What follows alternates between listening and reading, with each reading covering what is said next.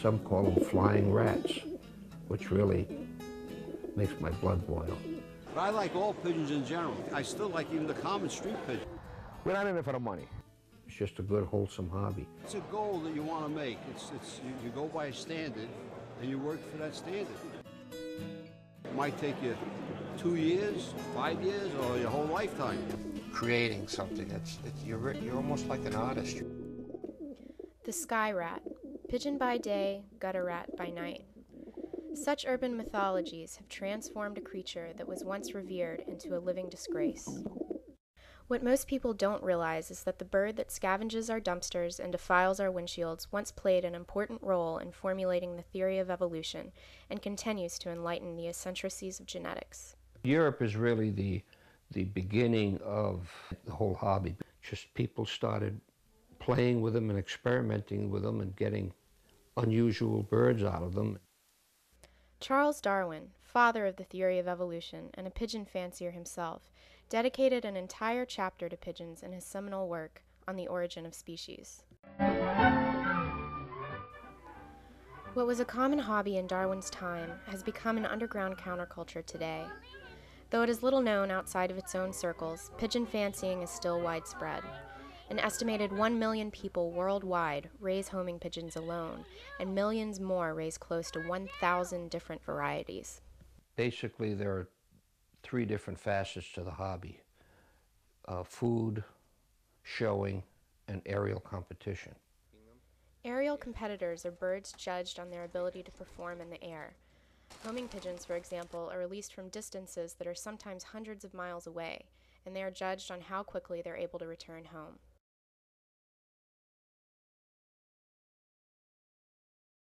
Fancy pigeons such as the Jacobin are birds with exaggerated physical characteristics.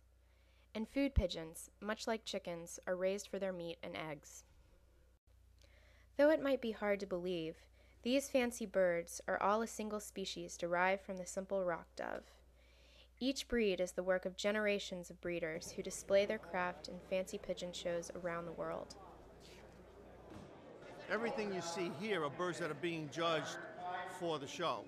I mean, you look at the variety you have here, and they all come from the original rock dove, which basically is the wild pigeon you see out under the overpass. And that's what most people think about, those birds under the overpass, but you can see what you can do with them.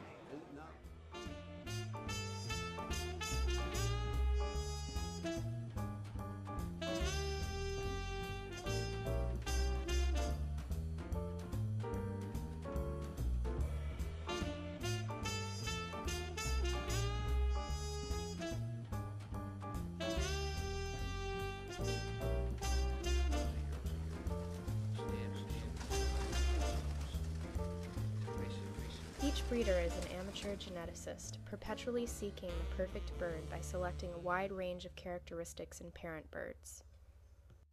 This one was grand champion in its variety. That bird, I think, is probably the best I've ever raised. And I started in 1967.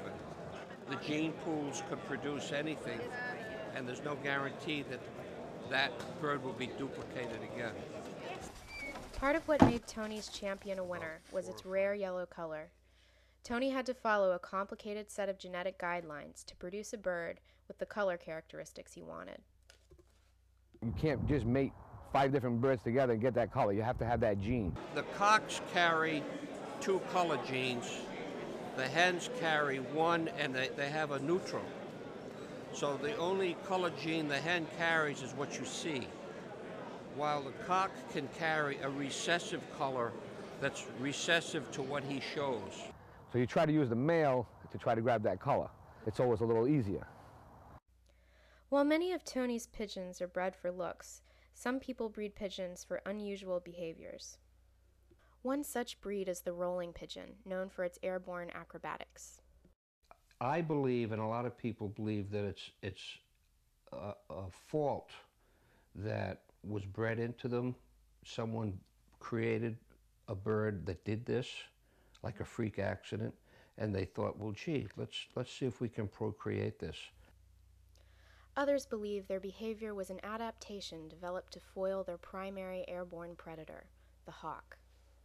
The pigeons really can't help themselves. It's like an epileptic fit.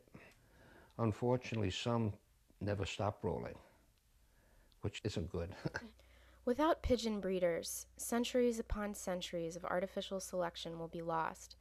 Pigeon fanciers like Tony, Andy, Vincent, and Dave feel that they are the last of generations devoted to preserving this wealth of genetic oddities. Unfortunately, some people call it a dying hobby. I wouldn't call it dying, but it's just fading a little.